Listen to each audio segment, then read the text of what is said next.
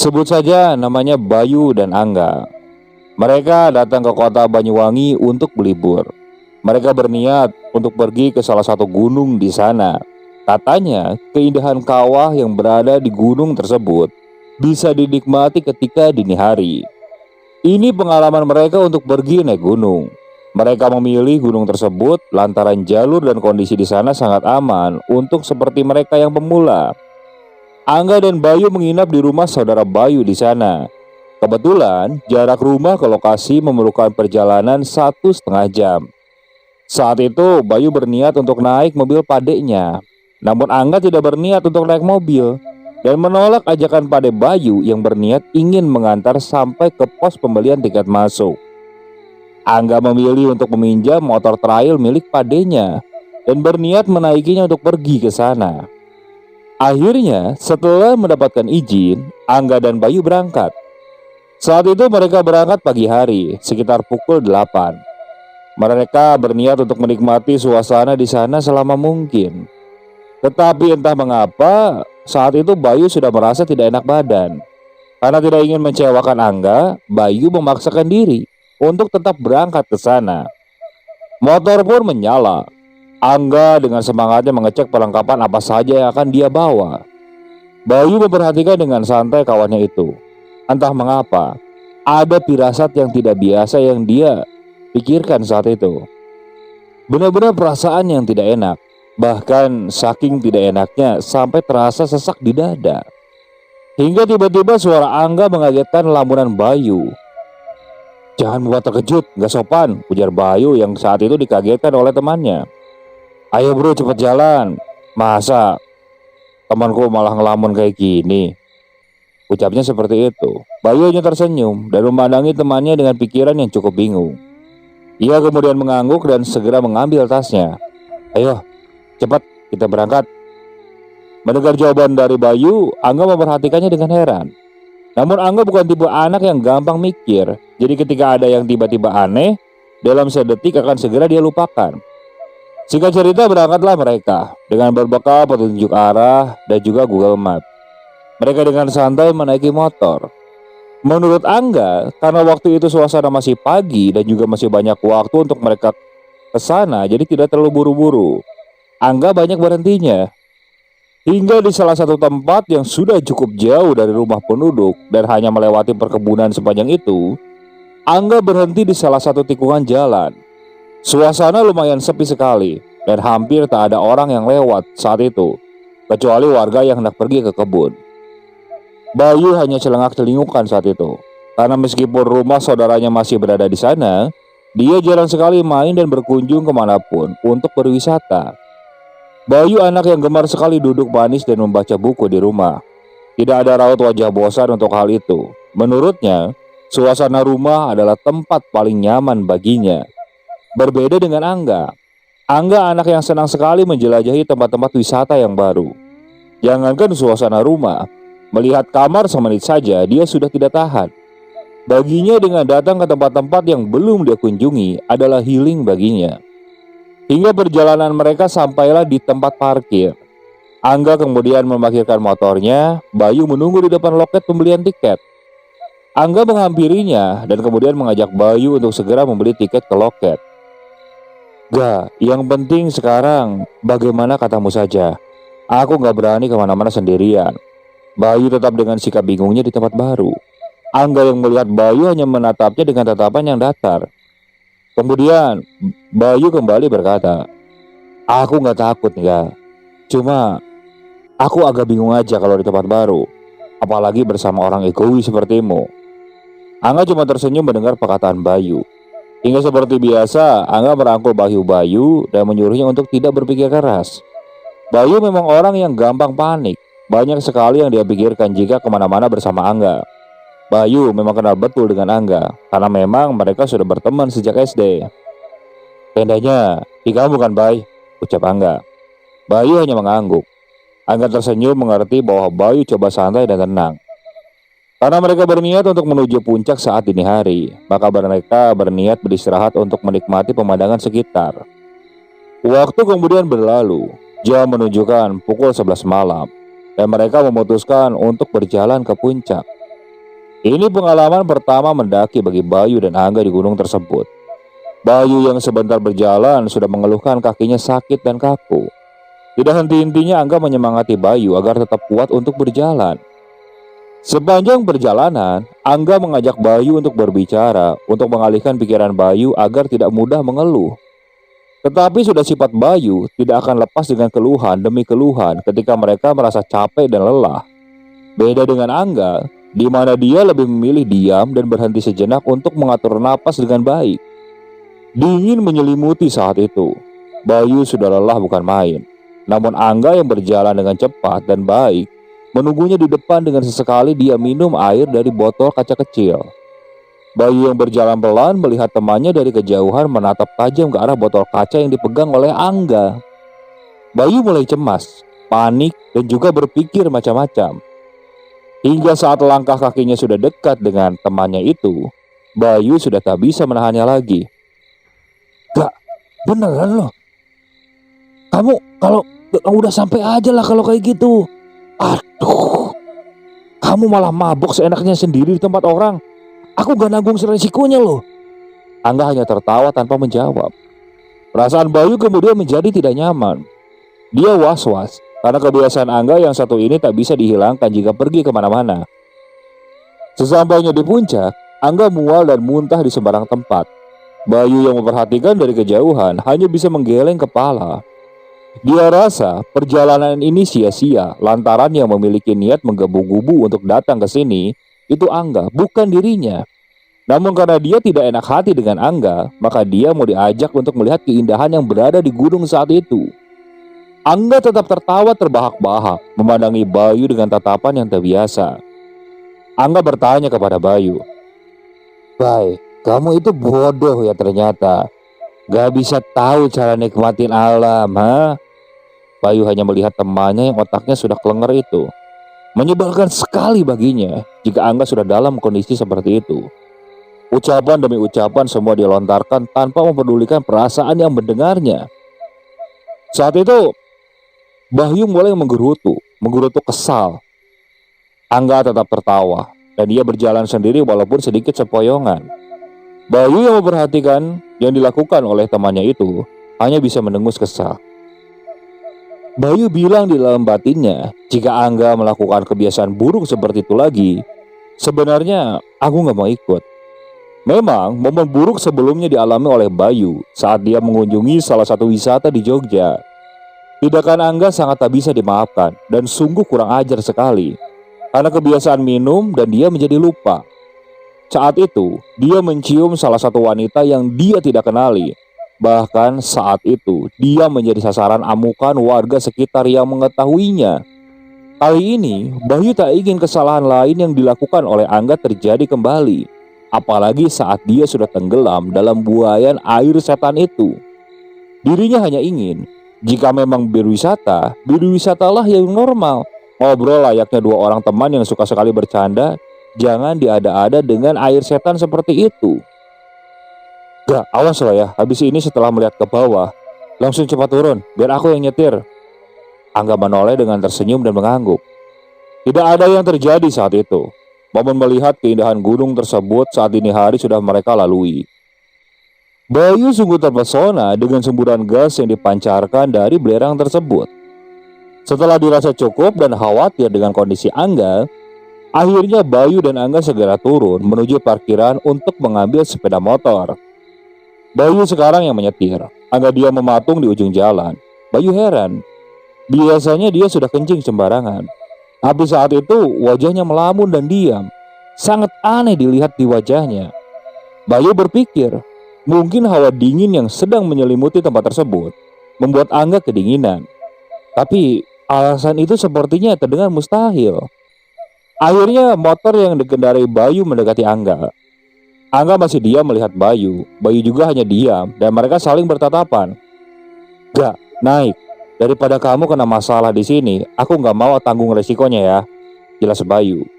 Angga membuang muka dan kemudian naik dengan tingkah kesal. Sepanjang perjalanan, Angga tidak seperti biasanya. Dia banyak diam dan tidak banyak bicara.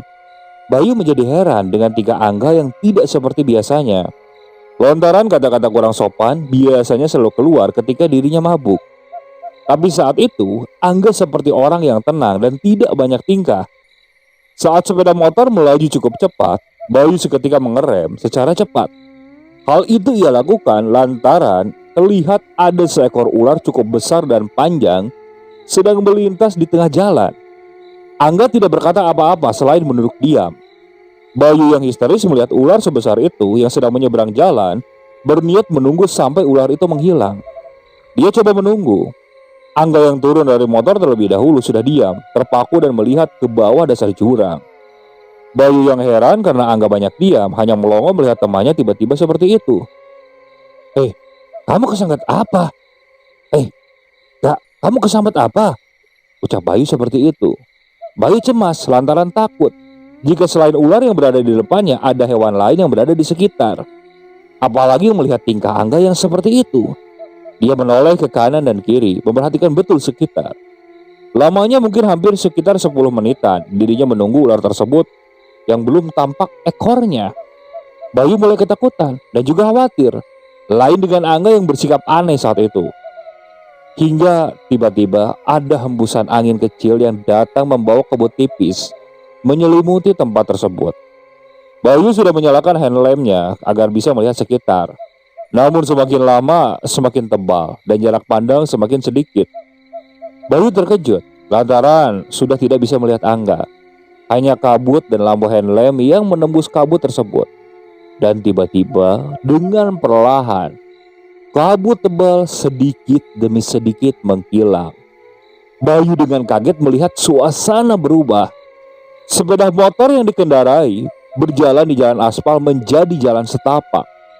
Hanya kabut tipis dan juga pohon-pohon yang menjulang besar tampak di samping kanan dan kirinya. Bayu bingung lantaran Angga tidak ada. Dia mulai panik dan tidak dapat mengontrol emosi dengan baik. Hanya motor dan dirinya yang entah berada di mana. Dia tidak paham betul daerah itu. Ia mengambil ponselnya dan sedikit gemetar. Panik bukan main. Sinyal hilang. Dan Bayu merasa dirinya tersesat sendirian tanpa adanya Angga. Kemudian terdengar suara langkah kaki dari kejauhan. Bayu melihat handphonenya lagi. Dia terkejut karena jam di ponsel tersebut menunjukkan pukul 00 lebih 1 menit. Dia masih ingat betul bahwa dirinya tadi turun bersama Angga pada pukul 3 lebih 15 menit. Bayu tidak menganggapnya sebagai masalah besar. Dia berpikir mungkin setelan jam di ponselnya sedang error. Dia kemudian menyalakan motornya, namun tidak bisa. Dia coba berulang kali, namun tetap saja tidak bisa. Dan tak berapa lama dia mendengar suara langkah kaki tersebut semakin mendekat. Dan benar saja, terlihat ada 3 orang nenek-nenek yang membawa keranjang di punggungnya, dililitkan kain dan diikatkan di dadanya. 3 nenek-nenek tersebut membawa bawaan yang berbeda. Kemudian langkah kaki mereka berhenti di depan Bayu. "Kenapa, Nak? Kok kelihatannya bingung?" Bayu dengan ketakutan yang luar biasa dan berpikir aneh saat itu. Dia hanya memandangi ketiga nenek tersebut dengan penuh penasaran. "Gak apa-apa, Nak. Gak usah takut. Aku Mbak Ira. Ini Mbak Sukma. Ini Mbak Dipo. Aku tinggal di Kampung Wurung." Bayu hanya mengangguk dan menyapa pelan dengan senyum kepada nenek-nenek tersebut. "Kamu seharusnya tak boleh ada di sini. Siapa yang masuk hutan sini kalau punya niat gak baik, gak akan bisa kembali." Bayu yang mendengar ucapan Simbah Dipo seketika menunduk. "Sebelum datangnya matahari, kamu harus keluar dari hutan ini. Kalau sampai belum keluar sampai datangnya matahari, kamu akan di sini selamanya." Bayu kemudian terdiam sesaat. Dalam hatinya sudah yakin bahwa dirinya masuk ke alam lain. Satu-satu hal yang dia ingin lakukan saat itu adalah bisa keluar bersama sahabatnya, yaitu Angga, dengan selamat. Namun Bayu kebingungan karena dia saat itu tersesat tanpa adanya sosok Angga. Entah kemana Angga saat itu. Ketika Mbak Ira menepuk pundak Bayu dan berkata, "Temanmu pasti ada di pendopo. Kamu akan diantar oleh Mbah Dipo sampai di jalan depan. Ingat pesanku nak, jangan bawa apapun dari sini." Bayu melihat Mbak Ira dengan serius, antara percaya dan ragu-ragu masih menyelimuti hatinya. Mbak Ira dan Mbak Sukma kemudian mengambil keranjangnya, kemudian mereka gendong kembali dan diikat dengan kain di dadanya. Kini tinggal Mbak Dipo dan Bayu di tempat itu. Entah Bayu harus bagaimana menyaksikan kejadian yang di luar nalarnya itu. Mbak Ira dan Mbak Sukma dengan sekejap hilang dari pandangannya. Tinggal Mbak Dipo saja yang memperhatikan Bayu dengan senyum teduh di wajahnya. Bayu memperhatikan bajunya yang dipakai oleh Mbak Dipo, kebaya dan jarik yang tidak kotor dan sangat bersih sekali. Anehnya, keranjang yang dipikul oleh Mbak Dipo berisi sedikit singkong yang masih terbalut banyak tanah. "Ayo, gak baik kalau kamu kelamaan di sini. Pegang pundakku dan jangan toleh-toleh." Bayu mengikuti anjuran dari Mbah Dipo, kemudian mereka berjalan. Namun langkah Bayu terhenti lantaran dia lupa bahwa ada sepeda motor padenya yang masih di situ. Dengan cepat, Mbah Dipo langsung menyuruh Bayu meninggalkan apa yang ada di sana. Hati Bayu sangat berat sekali untuk meninggalkan sepeda motor milik padenya di sana. Bagaimana nantinya dia menjelaskan kepada padenya bahwa sepeda motornya tertinggal di dunia lain? Hal itu jelas akan menjadi lelucon dan alasan saja bagi padenya. Namun Mbah Dipo tetap menyuruh Bayu untuk meninggalkan apapun barangnya yang berada di sana. Dengan berat hati, Bayu meninggalkan sepeda motor tersebut dan mengikuti langkah Mbah Dipo yang berjalan lurus di jalanan setapak. "Sekarang kita harus menyusul temanku dulu. Nah, arah pendopo harus melewati kampung Gurung dulu. Kamu harus hati-hati. Banyak yang akan menggoda hati dan nafsumu. Karena kampung itu bukan kampung dari kalanganmu." Bayu mengangguk dan tetap memegang pundak Mbah Dipo. Saat berjalan, Bayu hanya melihat jalanan setapak di bawah. Dia mengingat pesan yang tadi bahwa dirinya dilarang untuk menengok ke kanan dan kiri. Entah apa yang terjadi. Penasaran akan sesuatu yang sedang berubah di sekitarnya, tak bisa dilihat langsung oleh dirinya. Bayu tetap melihat ke bawah dan tetap mengikuti langkah kaki Mbah Dipo yang menuntunnya. Angin kecil berhembus di telinganya. Kemudian terdengar suara alunan musik gamelan dan juga riuh suara laki-laki. Bayu mendengarkan. Suara itu terdengar sangat jelas. Nampak terdengar seperti suara yang dia sangat hafal.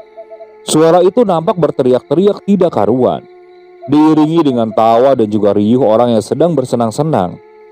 Di saat itu, langkah Mbah Dipo terhenti. "Nah, kamu di sini boleh melihat sekitarmu.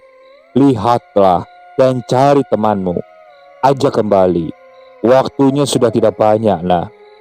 Mendengar tuturan dari Mbah Dipo, Bayu dengan cepat melihat ke arah suara yang dia dengar tadi. Nampak ada sebuah pendopo kecil dengan penerangan lampu berwarna kuning dari banyak cempluk menghiasi suasana pertunjukan di sana. Bayu melihat ada seorang wanita, satu-satunya wanita yang menari, yang mana hanya terlihat membelakanginya. Ia menari dengan lihai dan menjiwai. Rambutnya panjang, hampir menyentuh tanah, dan membuat kesan seram dalam hati Bayu akan sosok wanita itu. Baju kuning keemasan dan mahkota kecil di atas kepalanya membuat kesan elegan dan terhormat terpancar, walaupun Bayu tak melihat jelas wajah aslinya. Tiba-tiba dia berjalan. Ia melihat ada seorang lelaki yang menari, yang terlihat kaku menghampiri wanita tersebut, dan tergantung di lehernya kain kuning menyala. Bayu mulai menajamkan matanya, dan dia berkata, "Bah, itu temanku, Angga. Apakah harus menghampirinya, Bah?" Mbah Dipo menoleh ke Bayu dan menatapnya dengan tatapan yang sedih. "Temanmu sekarang sedang digoda oleh Nyai Kalu. Dia penunggu alas ini untuk manusia yang membawa sifat dan perkataan jelek ke sini. Teriaki temanmu. Kalau sampai 3 kali temanmu tidak menoleh, dia harus ditinggal." Bayu sempat takut dan bingung bukan main. Hampir semua alasan dan juga tanda tanya muncul bersamaan dengan begitu banyaknya. Kemudian Mbah Dipo dengan cepat menepuk pundaknya. memberikan isyarat bahwa Bayu harus melakukan sesuatu yang dia katakan tadi. Dengan pelan Bayu berjalan ke arah pendopo tersebut. Kemudian langkahnya sudah dekat dengan Angga. Angga dengan santainya menari dengan sosok wanita itu. Dari leher wanita tersebut kemudian muncul kepala ular yang lumayan besar, bergerak mendekat ke arah tubuh Angga dan dengan pelan melingkar di bahu Angga. Bayu terkejut dan sedikit takut dengan ular yang melilit di bahu Angga. "Angga!" teriak Bayu yang sungguh nyaring dan tidak didengar oleh Angga. Saat itu suara Bayu terdengar sangat kecil sekali, lantaran suara gamelan di sana juga sangat keras sekali. Bayu menoleh ke Mbah Dipo. Mbah Dipo mengangguk pelan dengan maksud menyuruh Bayu untuk meneruskan memanggil Angga dengan kembali seperti petuahnya tadi. Bayu menoleh ke arah Angga kembali. Dalam batin Bayu, apa yang terjadi kepada mereka berdua hingga bisa masuk ke dalam dimensi lain seperti ini? Apakah ada kesalahan fatal yang dilakukan mereka hingga harus menerima hukuman dan penguasa alam lain di hutan tersebut? Bayu hanya memegang dada dan berusaha tidak goyah dan takut dengan apa yang dia hadapi saat ini. "Bismillahirrahmanirrahim," ucap Bayu pelan. "Angga, ini aku Bayu. Sadarlah, aku ada di sini, enggak?" Kemudian Angga yang sedang menari itu berhenti dan dia berdiri mematung. Bayu yang melihat temannya berdiri kemudian semakin semangat untuk memanggilnya yang terakhir kali. "Ya Allah, ya Tuhan, Gak, semoga saja kamu Gak menoleh Gak, Gak, Angga, ini aku Bayu Gak," teriak Bayu. Kemudian Angga menoleh dan melihat Bayu. Namun dengan bersamaan sosok wanita tersebut menoleh dan Bayu terkejut lantaran wajah wanita tersebut bersisik dan lidahnya menjulur seperti ular. Tatapan marah dari wanita tersebut membuat Bayu ketakutan. Pukulan sebuah tangan di bahu Bayu terasa keras olehnya. Rupanya Mbah Dipo sudah berada di belakang Bayu dan menarik tangan Bayu dan mereka berdua berlari. "Nah, waktumu sudah hampir habis. Kamu harus aku keluarkan dari sini. Ayo, ikuti jalanku." Bayu mengikuti jalan Mbah Dipo yang sedikit cepat. Jalan setapak dan juga angin kencang mulai mengganggu perjalanan Bayu saat itu. Kemudian mereka sampai di sebuah kampung. Nah, Bayu sedikit aneh melihat perkampungan di sana karena perkampungannya agak berbeda, apalagi pakaiannya yang dipakai oleh masyarakat yang ada di sana itu berbeda dengan pakaian yang dipakai oleh Bayu. Bayu tetap berjalan cepat mengikuti jalan dari Mbah Dipo. Namun rasa penasaran akan kampung tersebut membuat Bayu memperhatikan lebih detail apa yang menghuninya di sana. Mata Bayu mulai menjipit lantaran di pinggir sebuah warung terlihat tentara Belanda yang dia mematung dengan senjata di tangannya. Bayu semakin takut dan tidak percaya dengan apa yang dilihatnya. Setelah melewati warung tersebut, angin sangat kencang mulai datang kembali. Suara gemuruh di kuping Bayu semakin terdengar dan membuatnya tidak nyaman. Tatapan Bayu sangat ketakutan lantaran di ujung kampung tersebut telah berdiri ada beberapa orang penduduk yang sosoknya menyeramkan. Satu di antaranya matanya terlihat hampir copot dan yang lainnya terlihat banyak darah di tubuhnya yang mengucur cukup deras. Napas Bayu terengah-engah lantaran jantung yang berdebar sangat cepat dan rasa takut yang sedang melanda tubuhnya. Mbah Dipo kemudian berhenti, diikuti oleh langkah Bayu yang juga berhenti. "Jalanlah, ikuti jalan, tidak perlu menoleh. Di depanmu itu jalanmu untuk kembali." Bayu kemudian mengangguk dan berjalan pelan.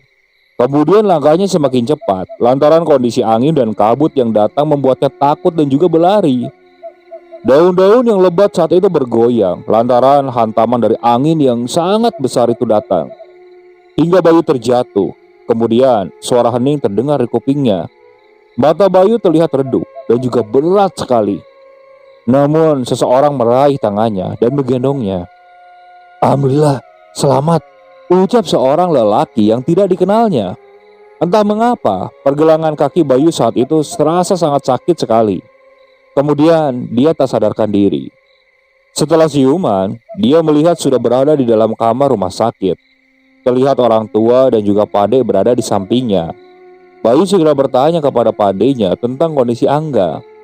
"Pade, Angga bagaimana? Kemana Angga?" Pade yang melihat Bayu panik kemudian berdiri dan menenangkan keponakannya itu. Le, sabar, sabar. Angga selamat. Sekarang masih dirawat di kamar sebelah. Udah, gak usah khawatir. Mendengar penjelasan dari padenya, Bayu kemudian bernapas lega. Dia merabahkan tubuhnya kembali dan tenang. Pade melihatnya dengan tatapan yang penuh tanda tanya. Hari pun berlalu.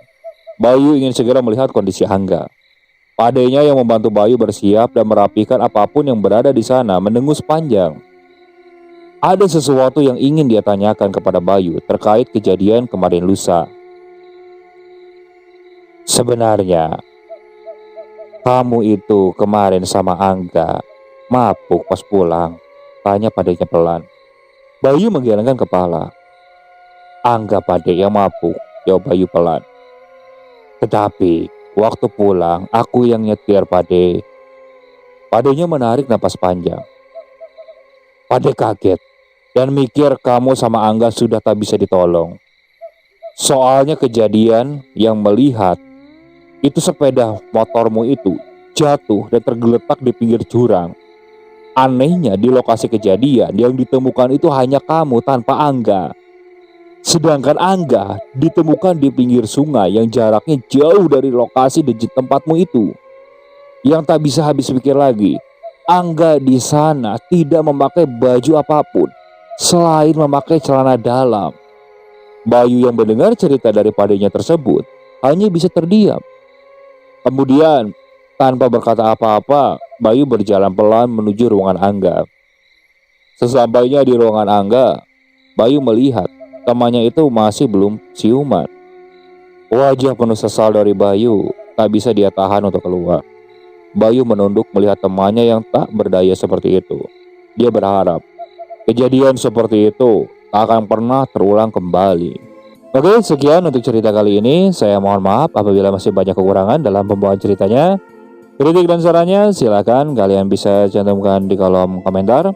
Tak lupa saya juga ucapkan terima kasih kepada narasumber yang sudah membagikan kisahnya, termasuk para penonton yang sudah mampir dan mendengarkan cerita dari channel Rentera Keramat ini. Semoga kalian selalu diberikan kesehatan, dilancarkan rezekinya, dan dijauhkan dari musibah. Terus ikuti cerita yang dibawakan oleh channel Rentera Keramat ini. Assalamualaikum warahmatullahi wabarakatuh.